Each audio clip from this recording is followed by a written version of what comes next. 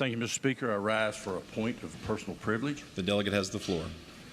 Thank you, Mr. Speaker, and ladies and gentlemen of the House. This year we've heard a lot of speeches on hot-button issues designed to rally our base.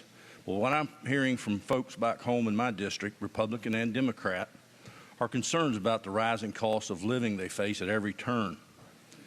While it's my belief that much of this has been self-inflicted on our economy by bad federal policy and excessive federal spending, there are actions at the state level that can help ease the pain or at least prevent future pain.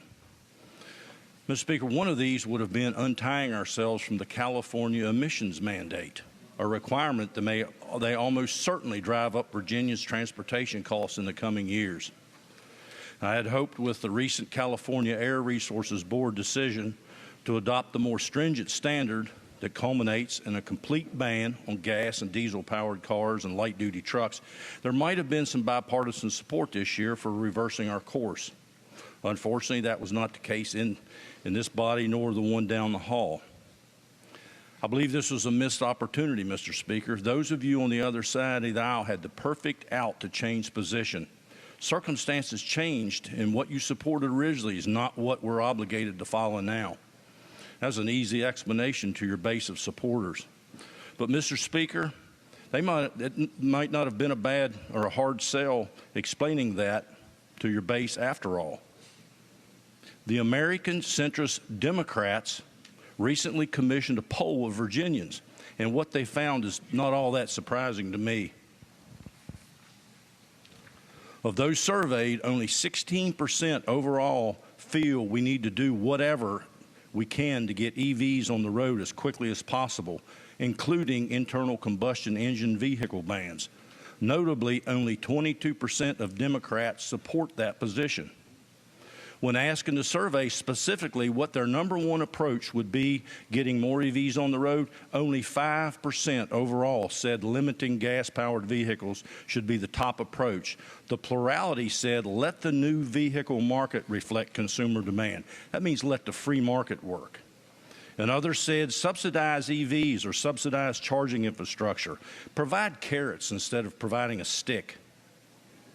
But we've not provided the carrots to any significant degree, even when Democrat majorities had multiple opportunities, so we're stuck with a stick, which only 5% think that should be our main action.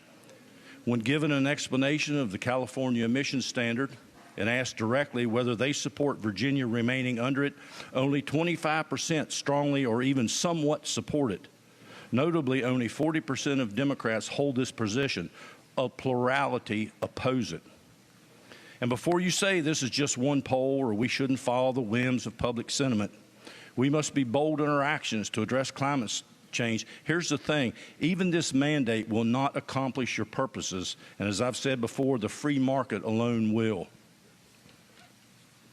Mr. Speaker, I'm not alone in this belief. A recent article in the bastion of right-wing propaganda, The Atlantic, there's an article titled, "Bring on the Boring EVs."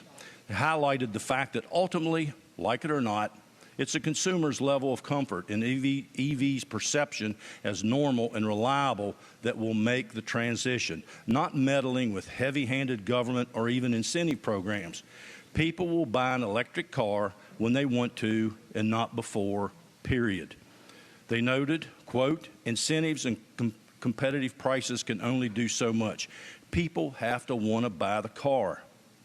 Supporters of the mandate often cite as their top concern the fact that a minority of consumers may have to go out of state to buy a car if we repeal it, but neglecting the fact that a majority of consumers that can't or don't want to buy an EV for various reasons will be forced to drive out of state to purchase a vehicle by keeping the mandate in place. Those in Northern Virginia and the Valley will head to West Virginia. Those in Southwest will go to Kentucky or Tennessee. And those in Southside and Tidewater, they'll go to North Carolina.